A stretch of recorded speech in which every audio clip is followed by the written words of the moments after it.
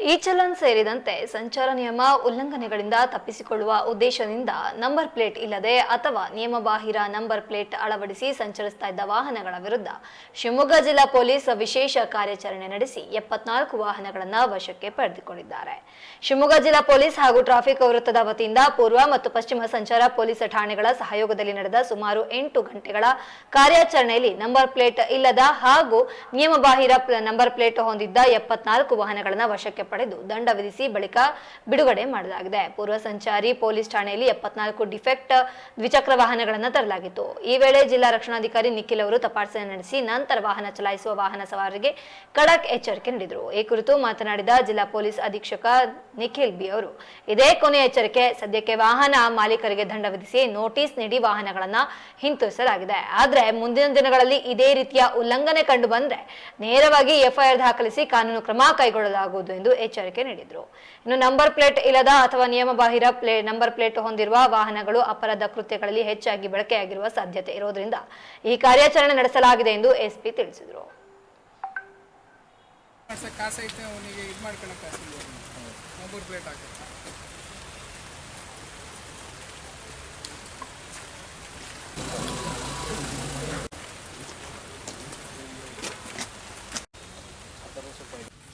ಈ ದಿನ ಶಿವಮೊಗ್ಗ ಜಿಲ್ಲಾ ಪೊಲೀಸ್ ಹಾಗೂ ಶಿವಮೊಗ್ಗ ಟ್ರಾಫಿಕ್ ಸರ್ಕಲ್ ವತಿಯಿಂದ ಈಸ್ಟ್ ಮತ್ತೆ ವೆಸ್ಟ್ 2 ಪೊಲೀಸ್ ಸ್ಟೇಷನ್ ಜೊತೆಗೂಡಿ ನಾವು ಸುಮಾರು 74 ವೆಹಿಕಲ್ಗಳನ್ನು ಯಾವ್ಯಾವ ಡಿಫೆಕ್ಟಿವ್ ನಂಬರ್ ಪ್ಲೇಟ್ ಮತ್ತೆ ವಿತೌಟ್ ನಂಬರ್ ಪ್ಲೇಟ್ ಗಾಡಿಗಳಿದ್ವು ಅವನ್ನ ಇವತ್ತು ನಾವು ವಶಕ್ಕೆ ಪಡ್ಕೊಂಡಿದ್ವಿ.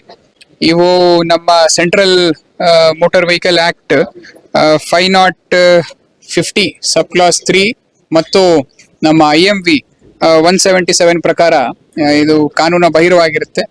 ಇವರೆಲ್ಲರ ಮೇಲೂ ನಾವು ಒಂದು ಚಲಾನನ್ನ ಜನರೇಟ್ ಮಾಡಿ ಗಾಡಿಗಳನ್ನೆಲ್ಲ ಕಾನ್ಫಿಸ್ಟಿಕೇಟ್ ಮಾಡಿ ನಮ್ಮ ಪ್ರಿಮೈಸಸ್ ಅಲ್ಲಿ ನಿಲ್ಸ್ಕೊಂಡು ಅದನ್ನ ಎಲ್ಲರಿಗೂ ಚಲಾನ್ ಜನರೇಟ್ ಮಾಡಿ ಇವಾಗ ವಾಪಸ್ ಕಳಿಸ್ಕೊಟ್ಟಿದೀವಿ. ಬರುವ ದಿನಗಳಲ್ಲಿ ಯಾರ್ಯಾರು ಈ ಡಿಫೆಕ್ಟಿವ್ ನಂಬರ್ ಪ್ಲೇಟ್ ಅನ್ನ ಸರಿ ಮಾಡ್ಕೊಳೋದಿಲ್ಲ ಅವರೆಲ್ಲರಿಗೂ ನಾವು FIR ಅನ್ನೇ ಮಾಡೋ ಮೂಲಕ ಕಾನೂನಾತ್ಮಕ ಕ್ರಮವನ್ನ ಜರುಗಿಸ್ತೀವಿ. ಯಾಕಂದ್ರೆ ಈ ವಿತೌಟ್ ನಂಬರ್ ಪ್ಲೇಟ್ ಅಥವಾ ಡಿಫೆಕ್ಟಿವ್ ನಂಬರ್ ಪ್ಲೇಟ್ಸ್ ನಮ್ಮ ಕ್ರಿಮಿನಲ್ ಆಕ್ಟಿವಿಟೀಸ್ಗೆನೆ ಹೆಚ್ಚು ಬಳಕೆ ಆಗೋ ಸಾಧ್ಯತೆ ಇರುತ್ತೆ. ಅದಕ್ಕೋಸ್ಕರನೇ ನಾವು ಎಲ್ಲ ನಮ್ಮ ಸಾರ್ವಜನಿಕರಿಗೆ ಒಂದು ಮನವಿ ಮಾಡ್ಕೊಂಡಿರೋದು, ನಿಮ್ದು ಏನೇ ವೆಹಿಕಲ್ ಇದ್ರೂ ದಯವಿಟ್ಟು ಅದಕ್ಕೆ ಒಂದು ನಂಬರ್ ಪ್ಲೇಟ್ ಅನ್ನ ನೀವು ಕರೆಕ್ಟ್ ಫಾಂಟ್ ಸೈಜು, ಆಮೇಲೆ ಕರೆಕ್ಟ್ ಅದು ಯಾವ ಫಾಂಟ್ ಅಲ್ಲಿ ಹಾಕ್ಬೇಕು, ಸೈಜ್ ಯಾವ್ದಿರ್ಬೇಕು ಅದನ್ನೇ ಹಾಕ್ಬೇಕು. ನೀವು ಇನ್ನೊಂದು ಕೆಲವು ಕಡೆ ಏನ್ ಮಾಡ್ತಾ ಇದ್ದಾರೆ, ನಂಬರ್ ಪ್ಲೇಟ್ ನ ಅವರು ಬೆಂಡ್ ಮಾಡ್ಬೋದು, ಅದನ್ನು ಮಾಡ್ತಾ ಇದ್ದಾರೆ. ಅವ್ರ ಮೇಲೂ ನಾವು ಇವತ್ತು ಕಾನೂನಾತ್ಮಕ ಕ್ರಮವನ್ನ ತಗೊಂಡಿದೀವಿ. ದಯವಿಟ್ಟು ಹಂಗೆಲ್ಲ ನೀವು ಮಾಡಕ್ ಹೋಗ್ಬೇಡಿ.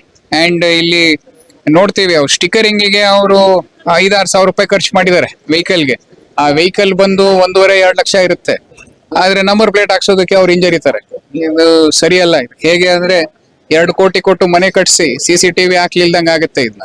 ಸೊ ಅದಕ್ಕೆ 2 ತಪ್ಪೆ. 2 ಜನರಿಗೆ ಒಳ್ಳೇದಕ್ಕೇನೆ ನಾವು ಇದನ್ನ ಮಾಡೋದಕ್ಕೆ ಹೇಳೋದು. ನಮ್ಮ ಇವತ್ತು ಟ್ರಾಫಿಕ್ ಸರ್ಕಲ್ ವತಿಯಿಂದ ನಮ್ಮ ಎಲ್ಲ ಇನ್ಸ್ಪೆಕ್ಟರ್ಸ್ ಮತ್ತೆ ಸಬ್ ಇನ್ಸ್ಪೆಕ್ಟರ್ಸ್ ಮತ್ತೆ ಎಲ್ಲ ಆಲ್ಫಾಸ್ ಮತ್ತೆ ಸಿಬ್ಬಂದಿ ಅವರು ಉತ್ತಮವಾಗಿ ಕೆಲಸವನ್ನ ಮಾಡಿದ್ದಾರೆ. ಇವತ್ತು ಒಂದಿನ ನಾವು ಈ ಒಂದು ಕಾರ್ಯಾಚರಣೆಯನ್ನ ಒಂದು ದಿನಕ್ಕೆ ಒಂದು ಪ್ಲಾನ್ ಮಾಡ್ಕೊಂಡು ಮಾಡಿದ್ದೀವಿ. ಮಳೆ ಇದ್ರೂ ಕೂಡ ನಮ್ಮವರೆಲ್ಲ ಒಳ್ಳೆ ಕೆಲಸವನ್ನ ಮಾಡಿದ್ದಾರೆ.